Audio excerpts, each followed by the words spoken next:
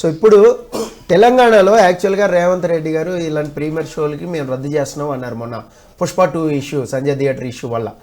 అయితే ఇప్పుడు సడన్గా ఆ గేమ్ చేంజర్కి టికెట్ రేట్లు అనేది పెంచారు. మనం చూస్తే సో 100 రూపీస్ 150 రూపీస్ స్లాట్ చొప్పున పెంచారు. 100 రూపీస్ వచ్చి మీకు సింగిల్ స్క్రీన్ మీద పెంచారు, 150 మల్టీప్లెక్స్లో పెంచారు. సో దీన్ని ఈ రకంగా ఫస్ట్ డే పెంచడాన్ని మనం ఎలా చూడాలి? అంటే దిల్ రాజు గారు వాళ్ళు ఆ ఫీలింగ్ అనేది ఇక్కడ కనబడుతుందండి.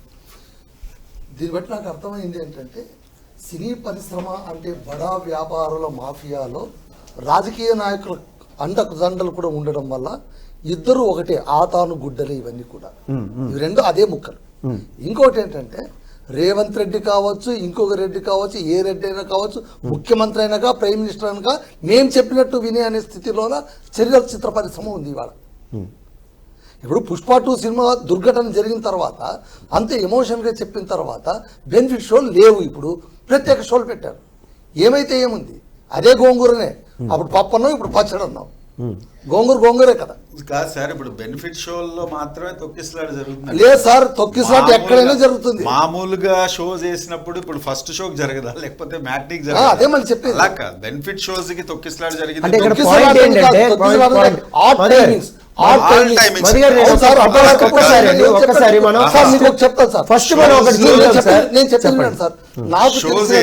నాకు తెలిసినంత వరకు చలనచిత్ర పరిశ్రమలోన అర్ధరాత్రి నుంచి తెల్లారి దాకా సినిమాలు నడిచిన రోజు మా చిన్నప్పుడు ఒకే ఒక రోజు, అది మహాశివరాత్రి మాత్రమే.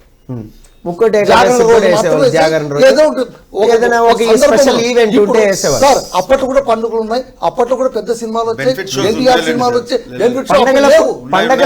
సార్ అప్పుడు బెనిఫిట్ షోస్ ఏముండేవి? సినిమాలు కూడా ఉన్నాయి.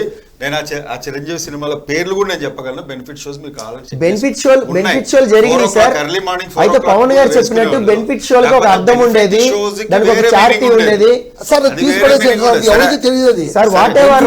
మారిపోయింది. ఇవాళ హైకోర్టు లంచ్ మోషన్ పిటిషన్ వేశారు ఒకరు. ఎట్లా పెంచారు మీరు గేమ్ చేంజర్ టికెట్ పుష్పాలు పెంచమని చెప్పి ఇప్పుడు ఎందుకు పెంచారు అన్నప్పుడు హైకోర్టు కూడా దీన్ని టచ్ చేయలేదు. హైకోర్టు ఏమనింది, బెనిఫిట్ షో తీసేసావు, ప్రత్యేక షో అన్నావు, నువ్వేం చేసావా, మీకు ఏమైనా అర్థమవుతుందని హోంశాఖ మంత్రిని అడిగారు.